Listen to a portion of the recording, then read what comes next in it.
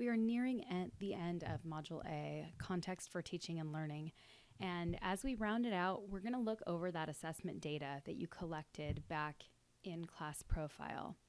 So hopefully your class is about set and your students aren't going to be moving in or out anymore, and you have a really good idea as to where your students are achievement-wise as they come to you. What you'll do is look over the test scores, both the standardized test score that you looked at, that could be benchmark data, or it could be writing data, it could be smarter balance data, or DIBELS, fluency. Again, this is really a choice point of yours, but I prefer that it be something that's standardized, not an intake test that just you give. You want to be able to compare it to other teachers' students so that you kind of know where your students are.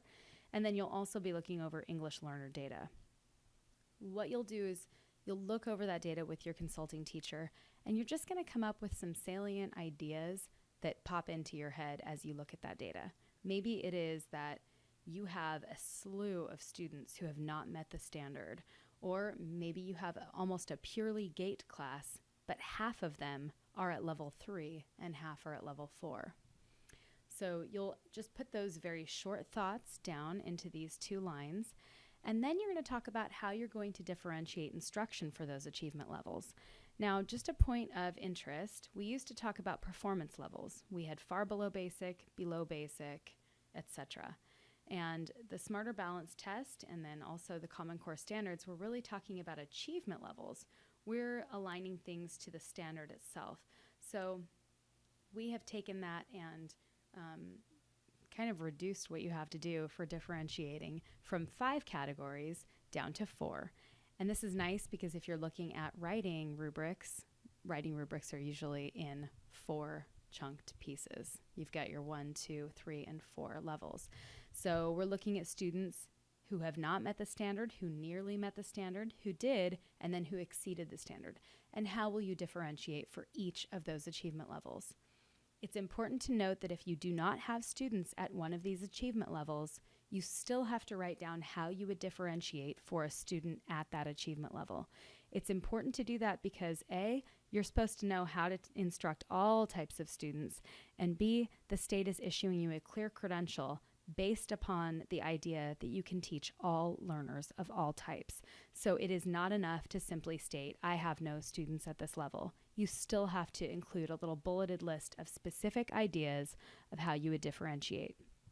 Now, the great thing is our website has a ton of links about differentiated instruction, and then I've also included some links down here that might help you.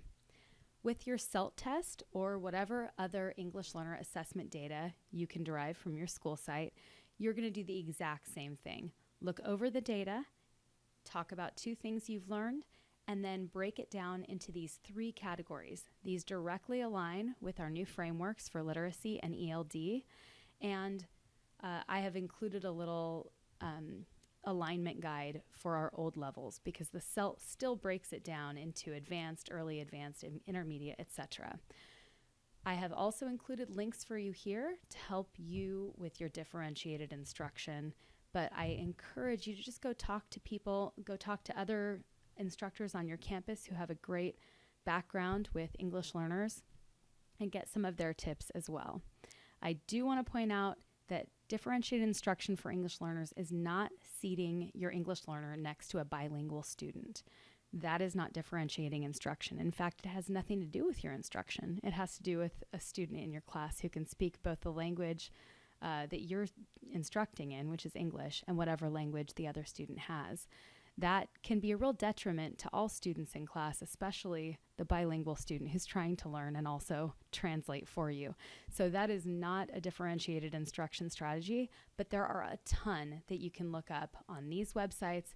And also, if you look under links and resources on our induction website, you'll find a ton of helpful clues as to how you can differentiate for the various levels. Again, if you have no students in your class who are English learners, you still have to answer as if you did. And I definitely want you to reach out to resources like colleagues and maybe your ELD coordinator at your school site to find out what you can do to differentiate. If you have any questions, you know your CT is also available to you, as am I.